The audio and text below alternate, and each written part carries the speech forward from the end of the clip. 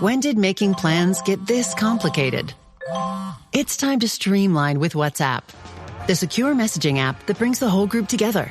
Use polls to settle dinner plans. Send event invites and pin messages so no one forgets Mom's 60th. And never miss a meme or milestone. All protected with end-to-end encryption. It's time for WhatsApp. Message privately with everyone. Learn more at whatsapp.com. This episode is brought to you by State Farm. Insurance may all seem the same on the surface, but having insurance isn't the same as having State Farm. It's like getting a speech from your third cousin's plus one at your wedding when you needed a speech from your best man. You wouldn't settle for just any speech, so don't settle for just any insurance. When it comes to getting the help you need, State Farm is the real deal. Like a good neighbor, State Farm is there. This episode is brought to you by Jack Daniels. Jack Daniels and music are made for each other. They share a rhythm in the craft of making something timeless, while being a part of legendary nights. From backyard jams to sold-out arenas, there's a song in every toast. Please drink responsibly. Responsibility.org. Jack Daniels and Old No. 7 are registered trademarks. Tennessee whiskey, 40% alcohol by volume. Jack Daniel Distillery, Lynchburg, Tennessee. If Chelsea were behaving like that, the media would paint it and say, well, they're just being street smart, they're just being savvy. When Forest try those tactics, you know, we're football terrorists.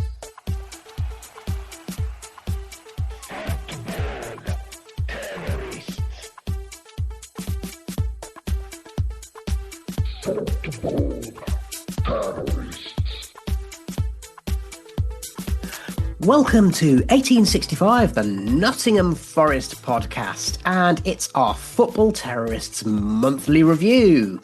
We are recording on Sunday the 7th of September, the morning after Elliot Anderson Day for England. In today's show, we will have the Wheel of Misfortune. Which Forest-related topic will we be coming up with today? Penny for your thoughts, exploring what might be on the mind of some of Forest's key players so far this season. Jeremy Davis will be joining us for his pre-season sketch, and our Tom talks about Alexander Zinchenko with a Ukrainian football expert. And we'll have a quickfire round covering some of the big moments of the season so far. I'm your host, Rich Ferraro, and for the second time in the 2025-26 season, welcome to Football Terrorists. Football Terrorists. Now, let's welcome today's panel and tell us what has been your highlight of this season so far. And I'm going to start today with my esteemed co-host, the Maradona of the Midlands. Oh, well, for me, I think it's got to be Elliot Anderson's pass to Chris Wood. It brought back happy memories. Yeah, woof indeed. Brought back happy memories of days gone past when young Nigel Clough or Scott Gemmell would side foot a pass through, a defence splitting pass through onto an on-rushing striker or a midfielder, Steve Hodge or Roy Keane or somebody, and they'd round the keeper and score. So it was a good old-fashioned goal because you don't really see the keepers being rounded anymore. So I really enjoyed that. A real throwback. And speaking of throwbacks, Baz. I just wanted to say Radim Majewski. He was the winner of the through ball.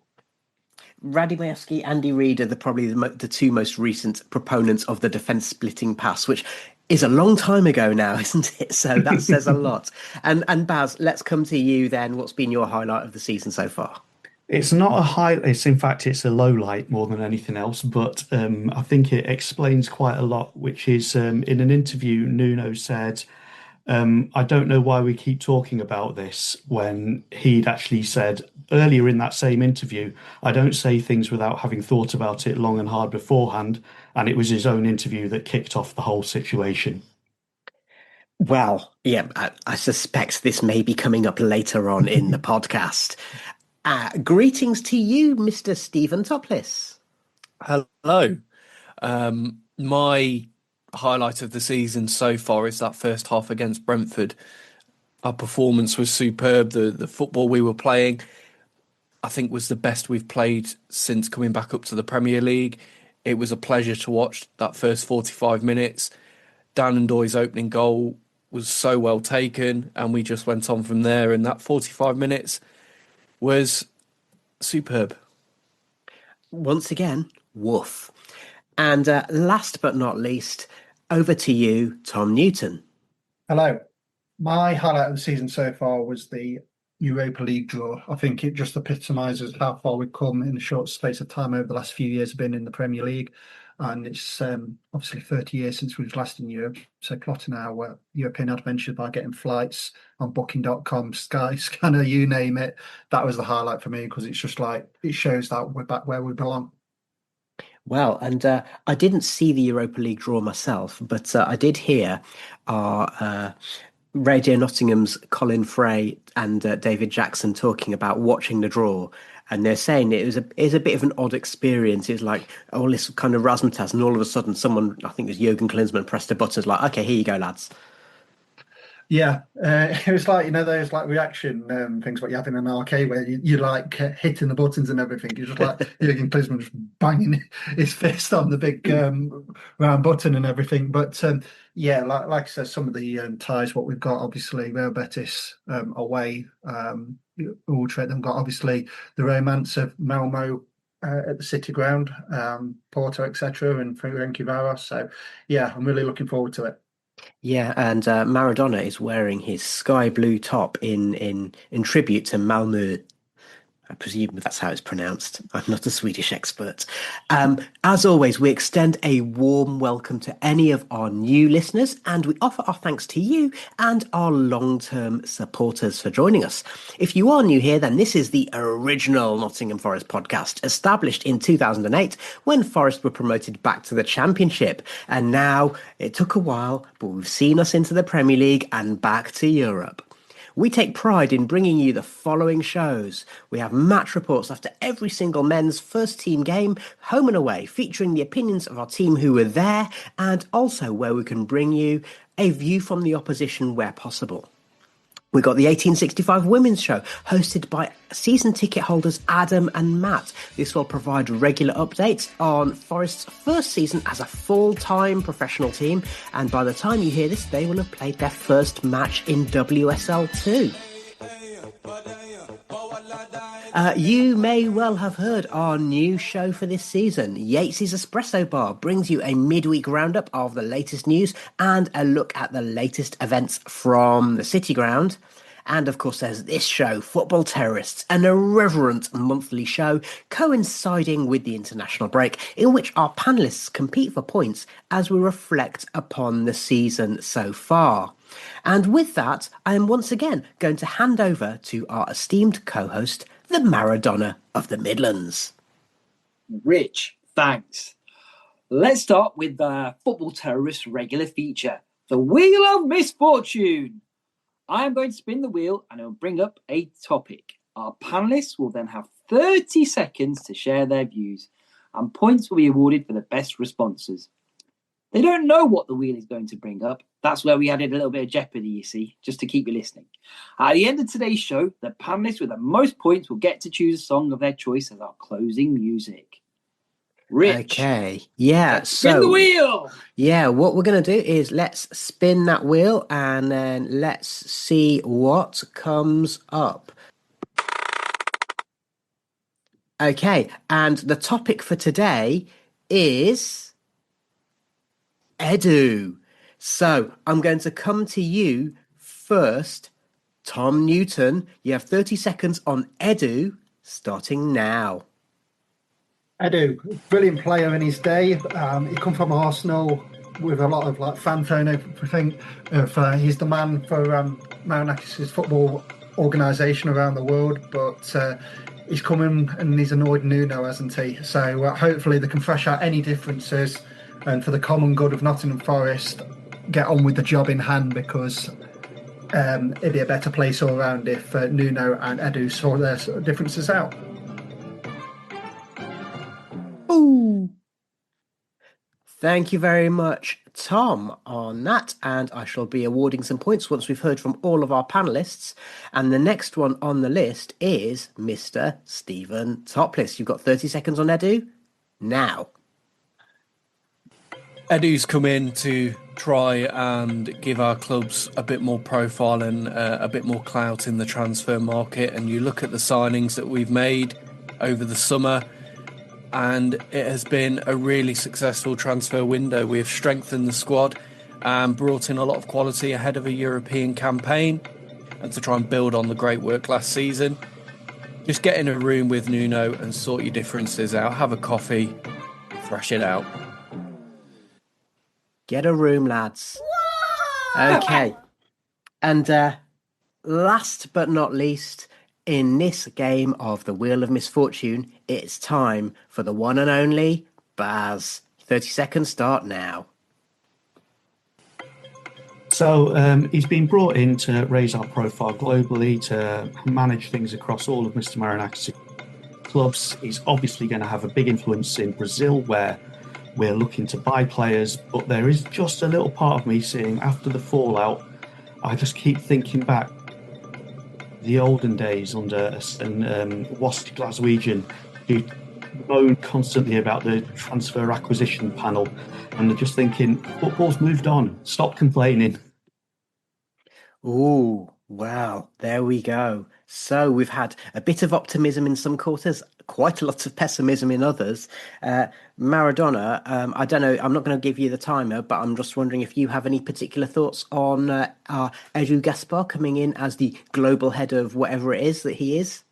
Yeah, I mean, it's. I think I was probably all for it initially, but I think as many people, I've become a little bit worried with his seemingly close connection with Kaya Jurabachian, the super agent who gained notoriety quite a long time ago, 15 years ago, I guess, when he was Carlos Tevez's agent and Mascherano's, and it led to Sheffield United eventually getting relegated because of all the shenanigans there, and they weren't happy about that.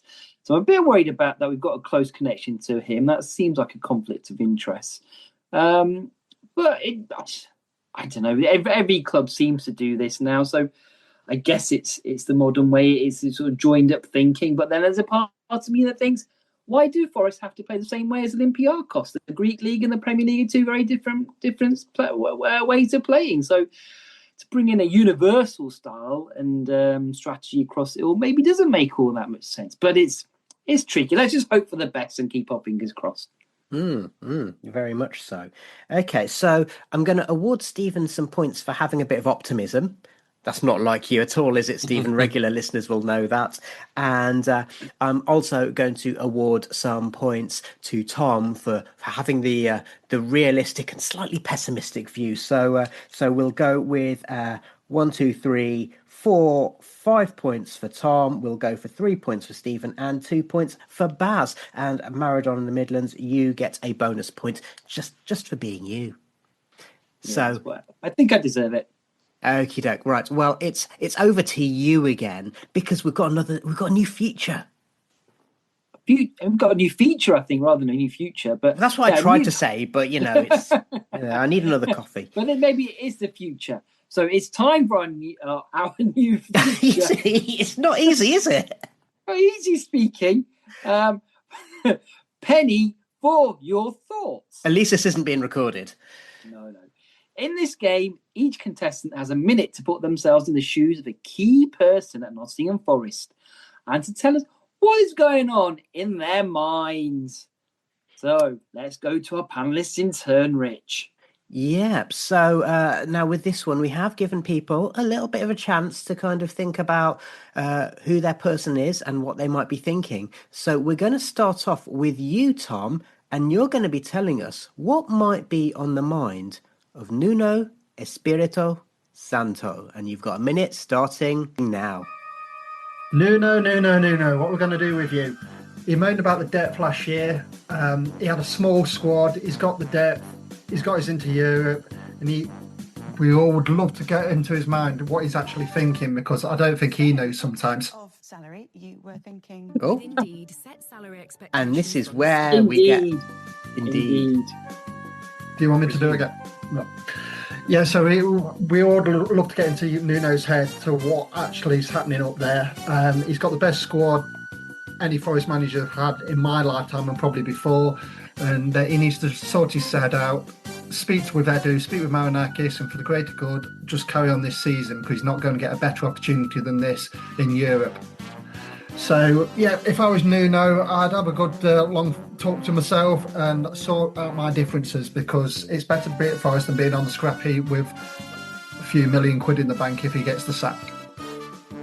Well, whether Eric Ten Hag would agree with you or not, I'm not entirely sure. And on that bombshell... That's what his head's doing now with that bomb.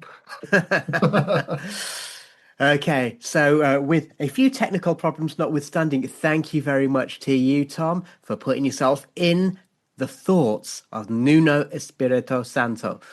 And our next contestant is Stephen. And Stephen, just maybe, I'm not saying that having a bomb analogy is suitable here, but the person you're putting yourself in the head of is Mr. Evangelos Marinakis, and your minute starts now. I just want to know what everybody's problem is. I've brought in loads of players this summer. We've strengthened our squad, ready for Europe, and the manager is telling the media that we're not talking, and he's fallen out with my new director of football. What is going on? Apparently, it's my fault that the Crystal Palace chairman can't check his emails, and God forbid me for wanting to hang on to one of my best players. But I see that Daniel Levy has stepped down this week. As always, you don't mess with the Greek. And who was that floppy-haired man that was shouting at me this week? Very strange character, him. But I think we'll get everybody together in one place, knock a few heads together, and let's sort this mess out. Because at the end of the day, we always win. The result is that at the end of the day, we always win. And that was the sound of the bakery in Piraeus. You've won, Stephen. There's no beating that. Well, you don't award the points though, do you, Tom? So let's just wait and see, because we need to find out what Baz is going to say. And Baz, you're putting yourself in the head of one of Forest's new young guns. You are giving us a penny for your thoughts of Omari Hutchinson, starting now. So, Omari's journal. Off the back of conquering international football, I'm now going to have some words with Elliot and James. Elliot was basically the reason I came here. He said I could conquer Europe once again, I could become the best player in the history of this club, and everyone knows that's easily within my reach. I mean, they paid a club record fee for me, but we all know that I'm probably worth twice that.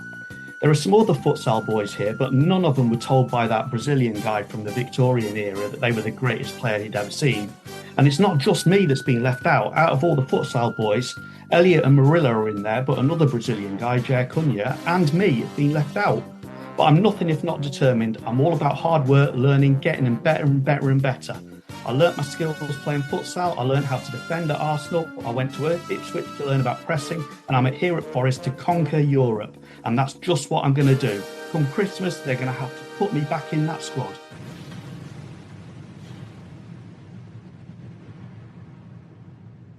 Wow. Well. Okay, I mean, all I'm going to say in response to Tom's previous comment is that I think Baz has given us a real problem when it comes to the point scoring here, because all of you put in exceptional performances there. I think Tom's going to get 2 points. Stephen, you're going to get 7 points.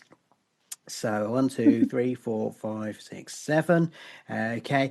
And Baz, you are going to get 10 points for that, because you really entered into the spirit of that game by writing the journal from Omari's point of view. And also extra points in that, Baz, because you were bang on your minute. So there you go. I'm not going to suggest that anything that was in there was in any way legally binding, in case Mr. Marinakis' lawyers are listening. Or indeed Nicholas Randall KC. So, as it comes to this point of the show, thank you to all of our panelists. And I'm just going to say that the current point standings are: Tom is on 7 points, Stephen is currently on 9 points, Baz is on 12 points and Maradona the Midlands is on 1 golden point. So there we go. But it's still all to play for.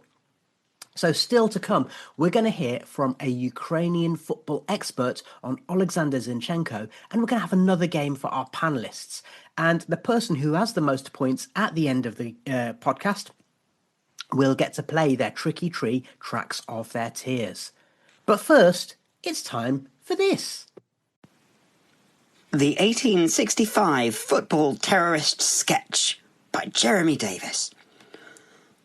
One of Forest's more excitable fans recently stated on social media that the club's summer business has constituted an 11 out of 10 transfer window.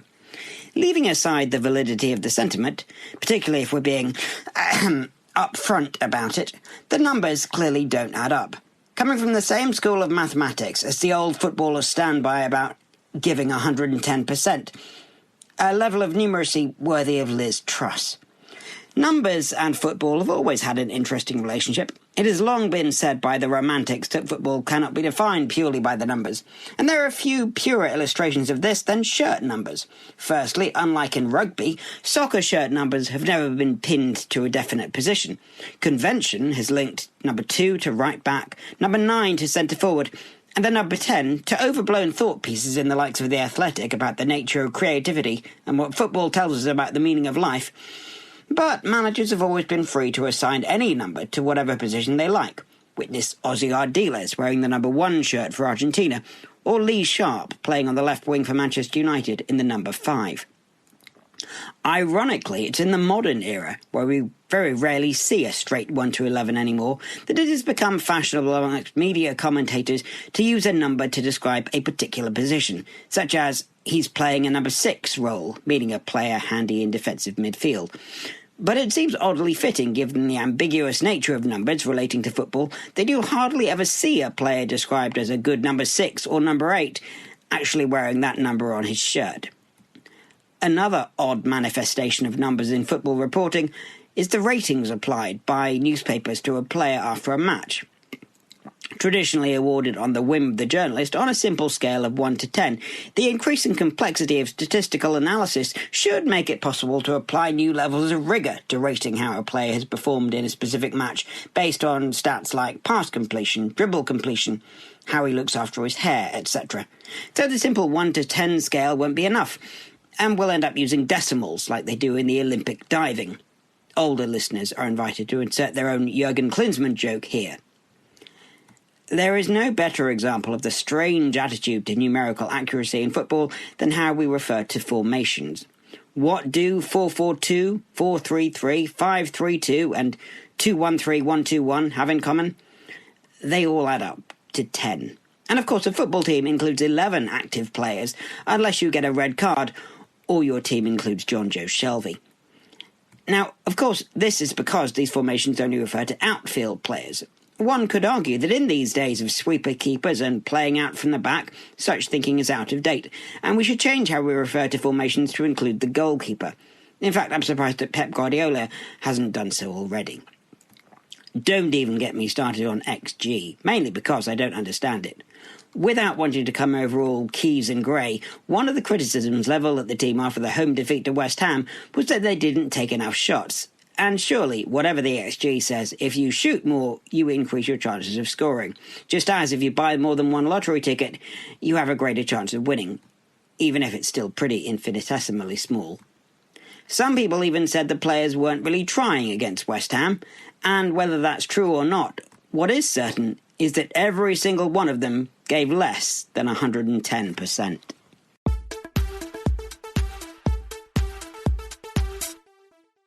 As a scientist, I can tell you that Sundays are only 24 hours long. But with NFL Sunday Ticket and YouTube TV, you get every game every Sunday all in one place. That's upwards of 30 hours of NFL in one day. How can there be 30 hours in 24 hours, you ask? I have a theory. Magic. New users get NFL Sunday Ticket for 8 payments of $34.50 per month. Sign up at NFLSundayTicket.com. Local and national games on YouTube TV. NFL Sunday Ticket for out-of-market games. Excludes digital-only games and commercial use. Terms and embargoes apply. Availability varies. 1865. Football terrorists. Joining us is Andrew Todos from Zoya Ludansk on X and the football Ukraine plus football podcast. So how are you, Andrew? I'm fine. Thanks for having me on. I'm looking forward to having a chat. So it's 34 years since the collapse of the former Soviet Union, and Ukraine became an independent state in 1991, and Nottingham Forest have signed their first Ukrainian international in Alexander Zinchenko from Arsenal on a season-long loan. Andrew, looking at Zinchenko's career path so far, he left for the Donbass region in 2014 to move to Russia with his parents due to the Russian invasion in 2014. Was he one of those players who slipped underneath the radar, playing for Shakhtar or Dynamo or? Yeah. So he was in the Shakhtar Academy. Then the initial invasion of the east of Ukraine started by Russia, and for whatever reason, his parents decided to move to Moscow at that stage. And as a result of that, he was still very young, not making any decisions for himself or anything like that. I think he was only 16, 17. Was playing around there. Had a good season, I think, or season and a half out in Russia, where then he was up. Well, Ukraine saw him, liked the look of him as well in terms of capping him, because there were rumours apparently that Russia wanted to get him, but apparently that's not particularly true. He made his debut, one of the youngest ever Ukrainians to make his debut in a 1-0 loss to Spain. In the Kiev Olympijski Stadium way back in, I think, 2015. And then he ended up moving to Man City, where Pep saw a liking to him, and I guess the rest is history. With the players coming through the Ukraine at that time, which other players were coming through at the same time as Zinchenko, who've actually made it onto the European stage in terms of getting full caps for the Ukraine? Was it Artem Dovbyk, or is he a bit older than him? No, he's slightly younger actually. Artem Dovbyk, that is. So Zinchenko's class is Mykola Matvienko, who's a centre back for Ukraine, starting alongside Ilya Zabani there. Alexander Zubkov, who's just moved to Trabzonspor this year. Those three have been mateys since the early Shakhtar Academy days. There are a few others, but I haven't really hit the same heights, to say the least. But those, I would say, are probably the three most high profile from that era. I'm really looking forward to seeing Zinchenko play, etc. Because every time I've seen him for Man City and Arsenal, he's seemed a pretty decent player. But with Pep playing him at left back, and obviously played for the Ukrainian national side in midfield under Sergei Rebrov and obviously Shevchenko before, what would you say his best position is? Well, I would say that he probably is best as central midfielder, where he plays for Ukraine. At least that seems to be the place where he's most effective. His defensive capabilities have improved massively since he's started to play as a left back under Pep. Obviously, when he was starting off as a youngster and all that, he was playing as a left winger / attacking midfielder. So going all the way back to quite a key position on the pitch, when you think about it, probably isn't a out and out fullback, and he probably never will be, because just from the defensive side of things, there are a few lapses in, decision making, judgment. He's not the fastest as well, so if you need to make some recoveries and all that kind of stuff, he can get caught out. And as a result of that, the midfield seems to be the most comfortable place, because he's improved those defensive capabilities. So he's a lot better at maybe winning the ball, tackling in the middle of the park. And then he can use his actual technical ability that a lot of players have noted in the past. I think Kyle Walker said he's one of the top 3 that he's ever seen or played with. In terms of passing, in terms of, for Ukraine, he loves to score for whatever reason, but club-wise, he's scored 1 or 2 goals, for each club he's ever played for. So that's something that potentially, don't know whether Nuno's going to try and utilise.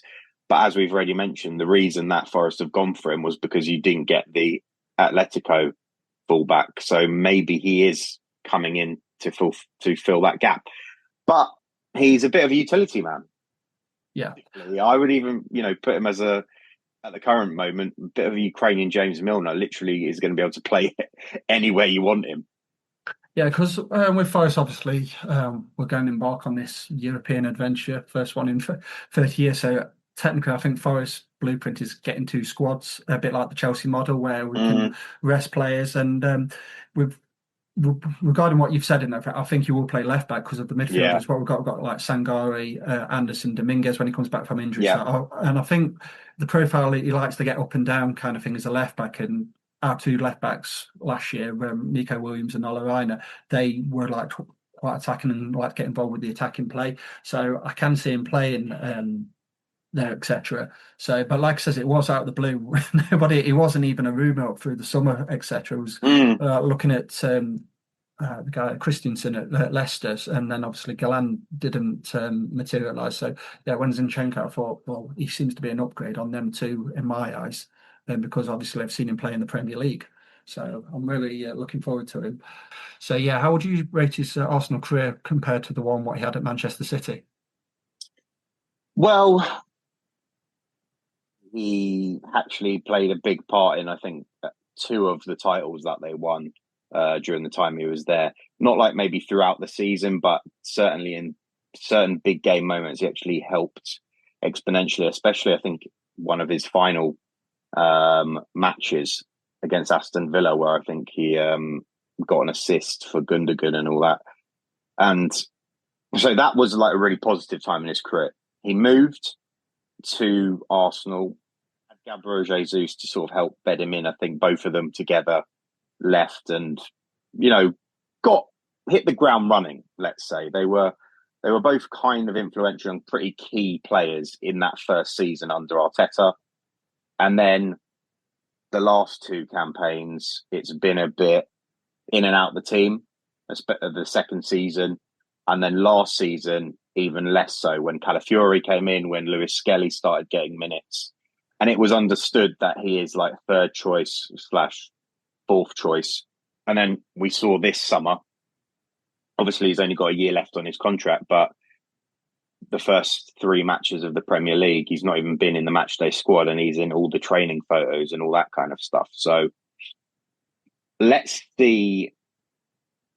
I think the key thing is fitness. So hopefully, if he is going to be getting minutes regularly, because I've got a feeling that Arsenal probably couldn't even guarantee him playing in like the cup games because they've got about 3 or 4 left backs now. But I think he's going to Forest, which is a great club. You've got European football. Obviously, you've got the cup competitions as well. And he can also come in off the bench if he's not going to be starting initially. Maybe he might win a starting position in the team. He's got a lot of experience. He's won those Premier League titles. He's played in, Champions League finals. He's played, I think, a good 70 plus times for Ukraine. Gets goals. He's got that.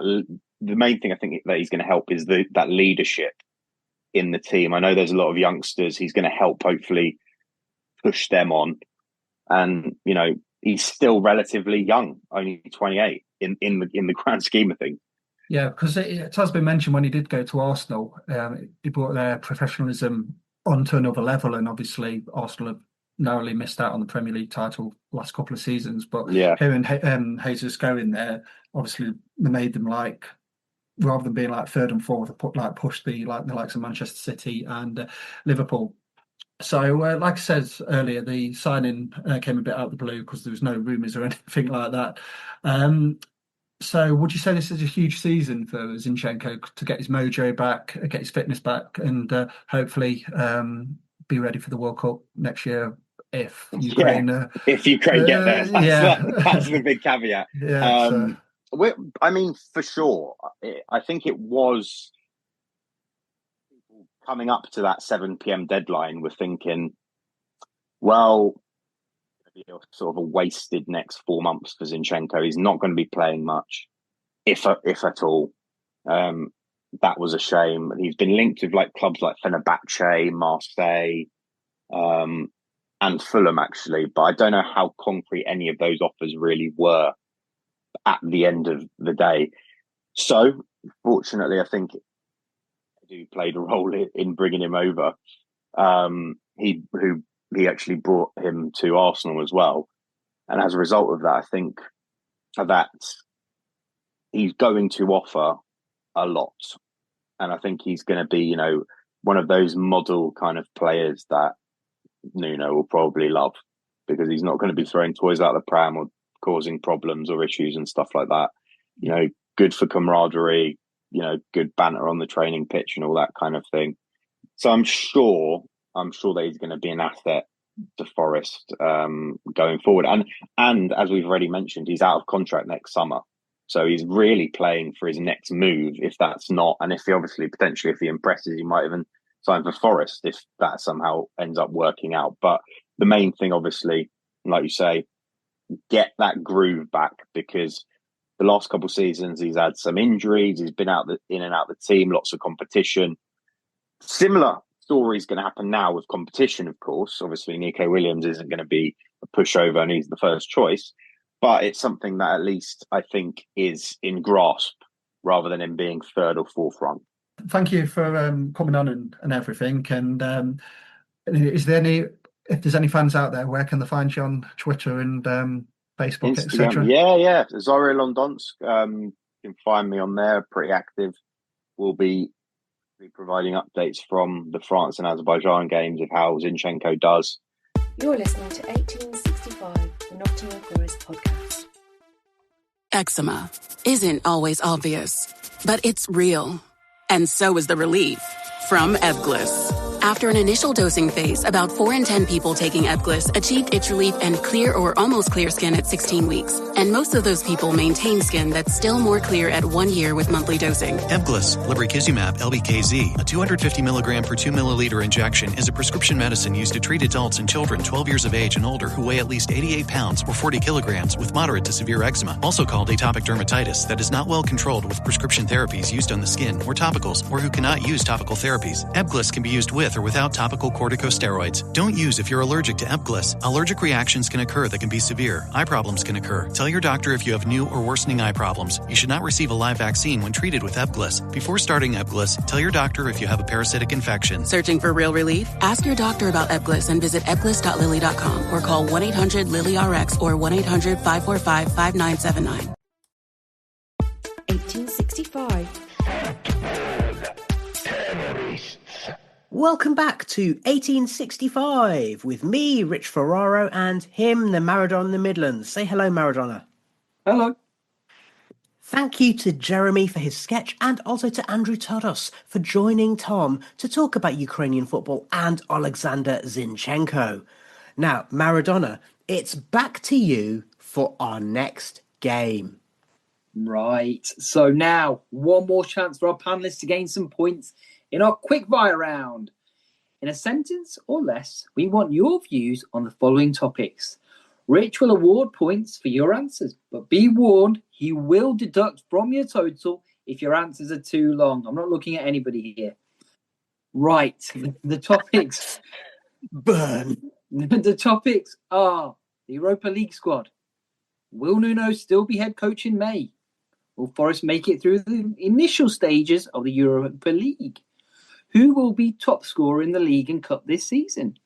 Elliot Anderson, England's best number 6? ? Okay. Yeah, so let's start off with topic A, which is the Europa League squad. So, quickfire answers, please. I'm going to come to you, Tom. Where is our record signing? Okay. Baz. Everyone knows that Football Manager isn't a game, it's actually a simulation. And I know from experience of trying to put together a Europa League squad that the rules about having home-trained players makes life very, very difficult. I mean, technically that was a sentence, but I think there were some semicolons and commas in there. And Stephen. We're submitting a squad for a European competition. It's great. Ooh, okay, yeah. See what you've done there. Great. Okay. Next one, please, Maradona. Okay. The next topic is, will Nuno still be head coach in May? And coming to you first, Baz. No. Stephen. No. And Tom. If I can't sort my head out, no. Next topic, please, Maradona. Will Forest make it through the initial stage of the Europa League? It's a straightforward question. Stephen. Yes, and they won't need a playoff to do it. Yay! Same as Stephen. Yes, no playoff. And obviously that takes us to Tom. With the squad we've got, no excuses, no playoff needed. Okay, thank you. Over to you, Maradona. Who or whom will be top scorer in League and Cup this season? Tom. Chris Wood again. Baz. League, no, in the Cup, Chris Wood. In the league, we're going to struggle via Dan Endoy. Ooh, interesting. And Stephen. Chris Wood. And for the last topic in today's quickfire round, Maradona. Elliot Anderson, England's best number 6. Stephen. He'll need to be tested against better opposition than Andorra, but the signs are positive. Baz. England's best number 6, but maybe not what England need to win a tournament. Ooh, intriguing. And Tom. Great match yesterday, so why not? Oh, I like that. Maradona, I'm just interested in your thoughts on a couple of those topics there. So let's start off with Anderson. Is he England's best number 6? Yes, I guess so. Yes, I can't think of anybody better. Okay. I mean, there's a whole Adam Wharton thing, but Adam Wharton can barely play 2 games in a row, never mind anything else. And very different profile of player, isn't he, Tom? He is. I watched them two the other week against when Forest against Palace, and there's a real battle in there. But Adam Wharton is a special player. So is Elliot Anderson. But you just hit the nail on the head that Wharton can't seem to play 2 back-to-back games. So Elliot Anderson gets my vote for the number 6 spot for England. Baz, you want him to come in there? Yeah, I'd say Adam Wharton's the type of player England need to win a tournament. But as you say, ooh, interesting. Is he not a bit too lightweight? He's not a great tackler. He's not a great tackler, but he can control the game with his. I saw a really interesting comparison saying that Adam Wharton's probably the nearest thing that that England have got to midfield era Paul Scholes in terms of he can make stuff happen that no one else can. England don't know what to do with him, and he's a terrible tackler. Yeah. Although, of course, the answer there would be to put Morgan in that position. Ooh! I think that's a bonus point there, just for the suggestion. But the caveat is all 3 of them don't score enough goals. That is also true, and of course, Elliot, by his own admission, probably could and should have done better, even though the ball was a little bit behind him and Harry Kane passed it across. Stephen, just the other variable there is presumably some of that also hinges upon whether Ruben Amorim is still the Man United manager come January, because that's Kobbie Mainoo's best chance of getting back in the England squad is for him to play in his best position. Well, just to play. Well, just to play, yeah. And he's had a massive drop off, Kobbie Mainoo, because of everything at Man United. He's not the only young English player to suffer that fate. You look at Rashford, Sancho, Mount, among others. But to bring it back to Elliot Anderson, you can definitely see he's got a lot to bring to the international setup. I'd even say a midfield 2 of him alongside Adam Wharton would work really well. But when you've got Declan Rice in the mix, he's almost too good to drop. So there's a lot of good conundrums for Thomas Tuchel to work through there. But you look at Elliot and the way he plays for Forest. What I also liked is that he was playing the same for England. He wasn't asked to do something entirely different for England than he does for his club, and I think that will bring the best out in him. Yeah, and I think for all that Tommy Tuchel has received, perhaps understandable criticism for the sort of slow start. I mean, certainly, I think what part of the problem here, Maradona, is that he's not actually having that many matches, and he chose to join a bit later down the line. So is he getting enough matches under his belt? But what he is doing is his best to play people in their natural positions, isn't he? Yeah, I guess so, yeah. It's always going to be difficult because the qualification process really bears very little resemblance to the tournament. Although this time around, the World Cup, because it's going to be so expanded, will be a bit more like this, because there'll be a lot more weaker teams in the group stages. Minnows, yeah. But none of that helps in the final stages, where you need that sort of mixture of good players, experience, and inspiration, and just being fresh and fit enough to make a difference in the American or Mexican heat in July next year. It's just going to be. It's not necessarily the best team with the best players that always wins these things. So it's a thankless task in many ways. But I'm sure the millions of pounds of wages he gets goes some way in compensating him. Oh, you're so materialistic, aren't you? Let's move on to one of the other topics. We touched upon it earlier. I mean, we've got the whole. I asked we had the question: will Nuno still be head coach in May? And there's a good degree of skepticism about that. So let's add a little bit of flesh on the bones there. So, Tom, if Nuno isn't the head coach in May, is it because he's going to walk because he's fed up, or is it because he's going to have his bakery blown up? I don't think he will walk, because I think he's waiting to get the sack, if anything, because obviously that new contract he just signed, and obviously it will beef up his bank balance on top of that Saudi Arabian money he got a couple of years ago when he left there, etc. And then obviously the Spurs compensation when he left there after 5 games or something like that. So it's all about money with all of you lot, isn't it? Anyway, makes the world go round. But no, coming to your question, I really don't. I can't see him, but I don't know what's going to make him not be, if that makes sense. It depends what Edu Marinakis come up with, but it's been festering for 3-4 weeks now, and yeah, it's not doing anybody any favours. And I think that was the epitome of the performance last week against West Ham. The whole cloud has actually absolutely stumped the place out, hasn't it, over the last few weeks, and it just needs to be sorted out for the greater good of Nottingham Forest. Yeah, Stephen, I was going to come on to that, which is that I hate to say it, but the performance against West Ham isn't just emblematic necessarily of a head coach who's maybe a bit distracted, possibly, arguably, allegedly had enough, but also of a bunch of players who actually were a little bit unsettled.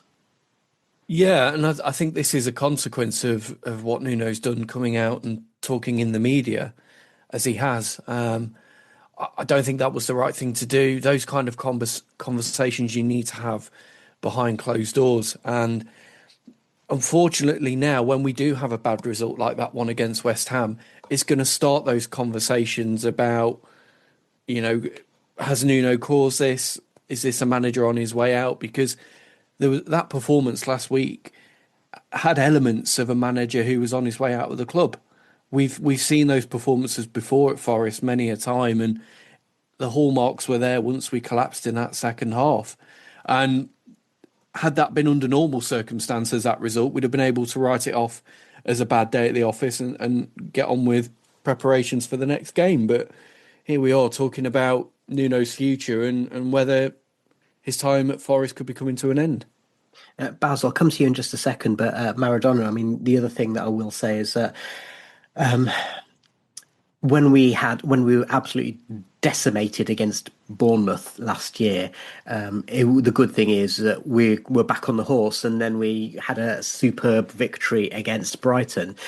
It feels bad when you go in with a performance like that, which is preceding an international break, so we're all dwelling on it. Yeah, it does. I don't think he's got his head around the squad he's got at the moment and the players and the options. In many ways, when you've only got 11 players that you trust, it's an easier job because you just keep on picking them every week. Now he's got all the options. He's got the juggling act of keeping all the big money signings happy, because at least 2 of them aren't going to be playing every game, and he's got to find the combination of who works well with which other players, and on top of that, he's got to win matches because he's under pressure now because of the outlay. The ownership is going to want a good performance in the league. So I think we were fourth biggest spenders in this transfer window in the Premier League.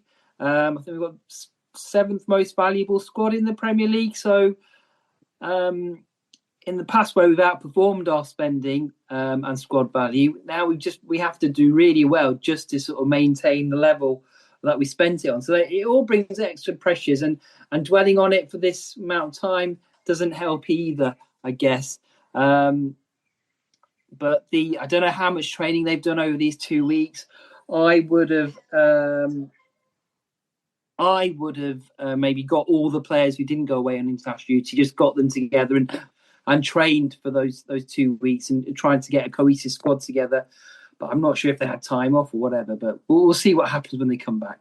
And according to Transfer Markets, Forest have the 14th most valuable squad in the world. So that's an unexpected stat. Baz, we've already had the spectre of a certain waspish Glaswegian coming up.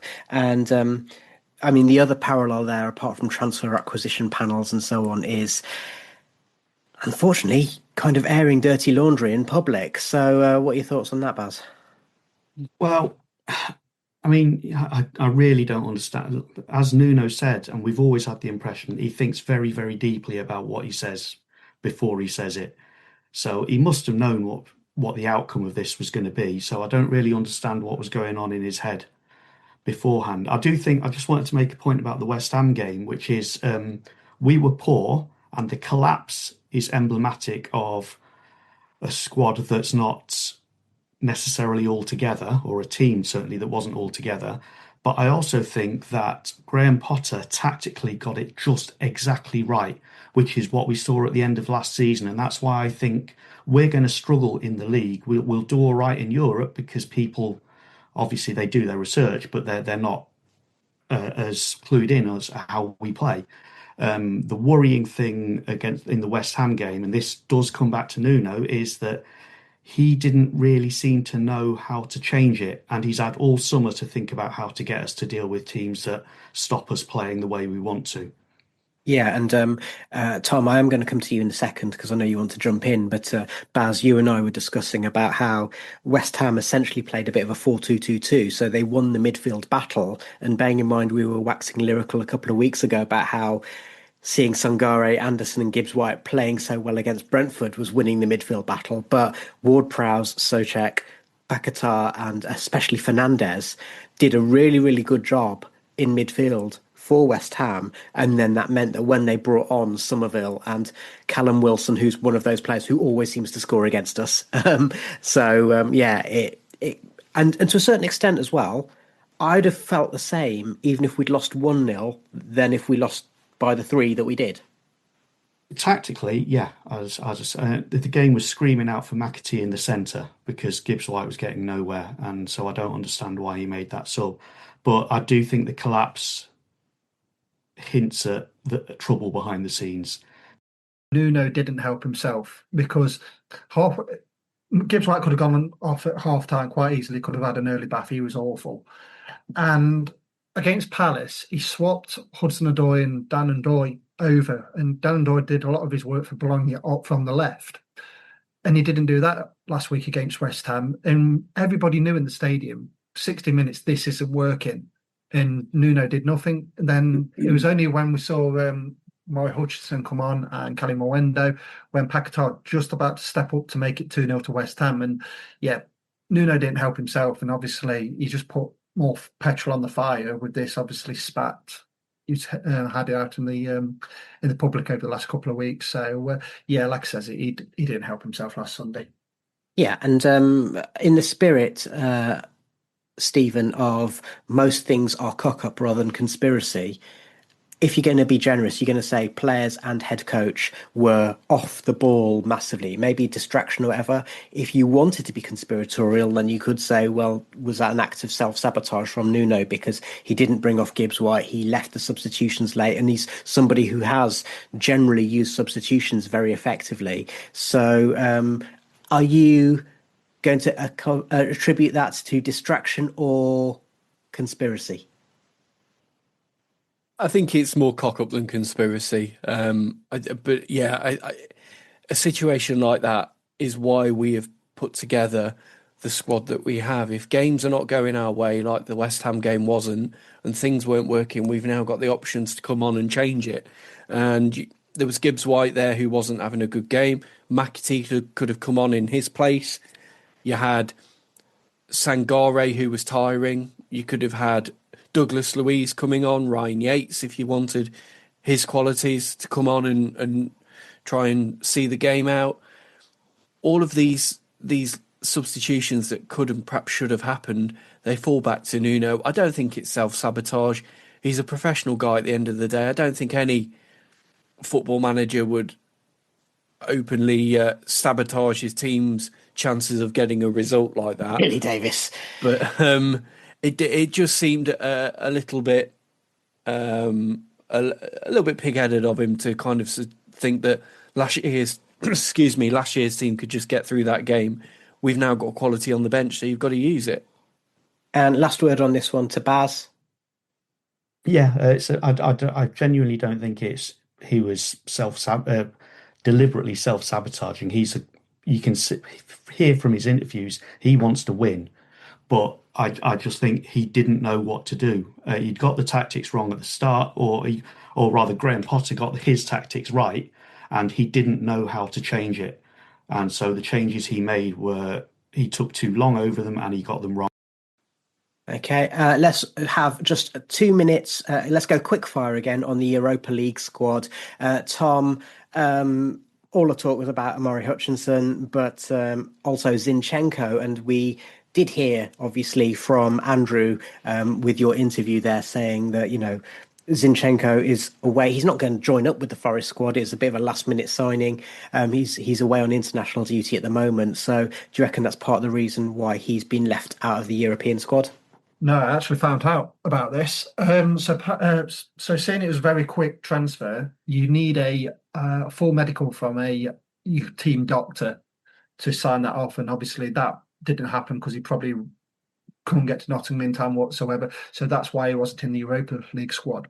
So as in UEFA needs to see the medical certificate. Exactly, yeah, exactly that. But the other one was Omari Hutchinson, which was a bit baffled about. It's like everybody's just going to take the mick out of it. It's like, there's your record signing, but you don't put him in the Europa League side. I do think with Omari Hutchinson, I did say at the time we paid over the odds for him, but it's the English tax what come with it and everything. And I know there's a player there with potential, but I feel a bit sorry for him that he's not in the Europa squad, but we don't know until Nuno does his press conference. He might get asked, if somebody's brave enough to ask this question, why wasn't he included? And Nuno doesn't like doing press conferences, so you probably close to the answer anyway. But I was just a bit baffled by that. But with the Zinchenko one, I can get my head around it that you do need a full medical from a team doctor to sign that off, saying you can be in the Europa squad.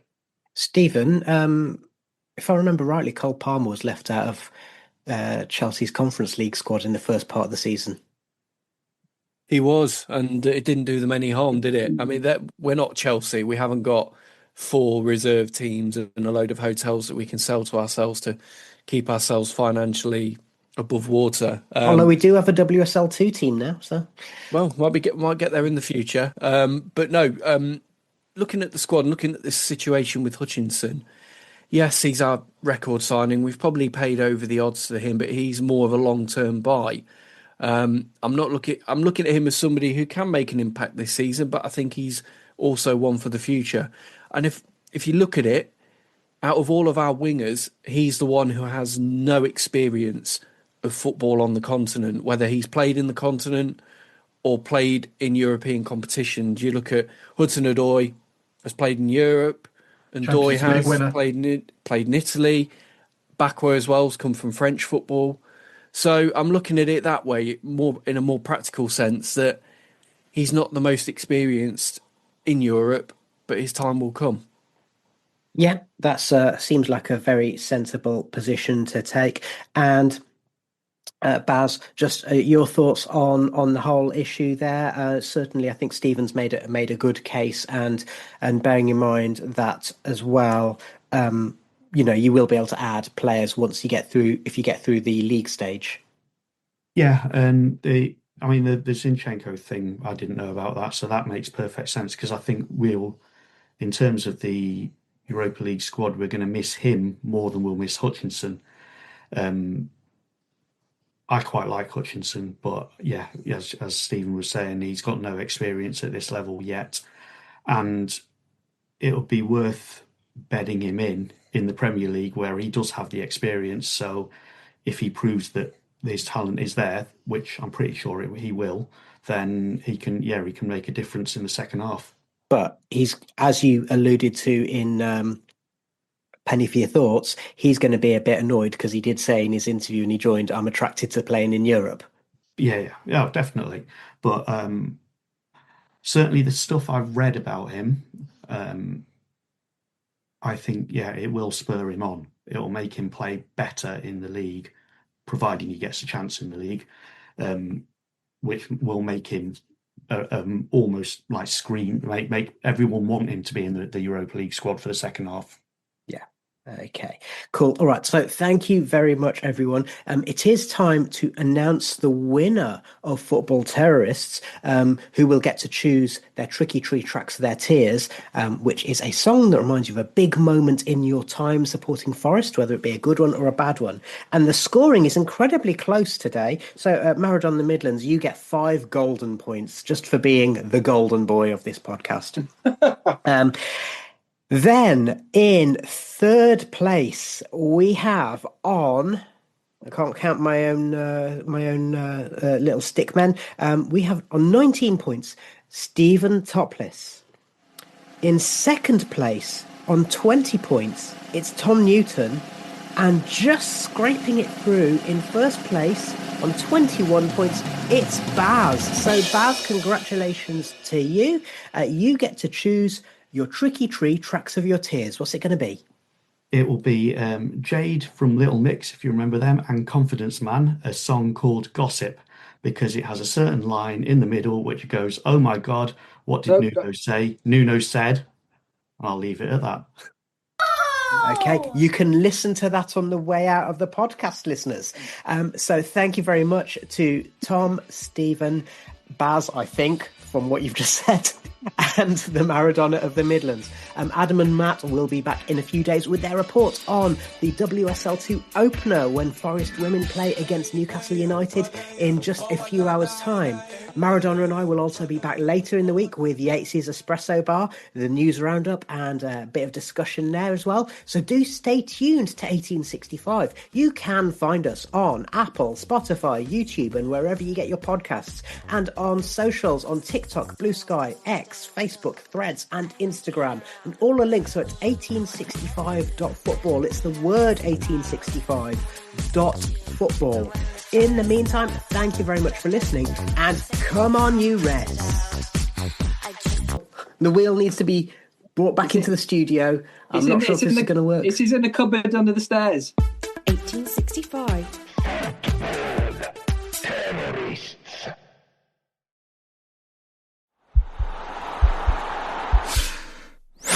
This podcast is part of the Sports Social Podcast Network.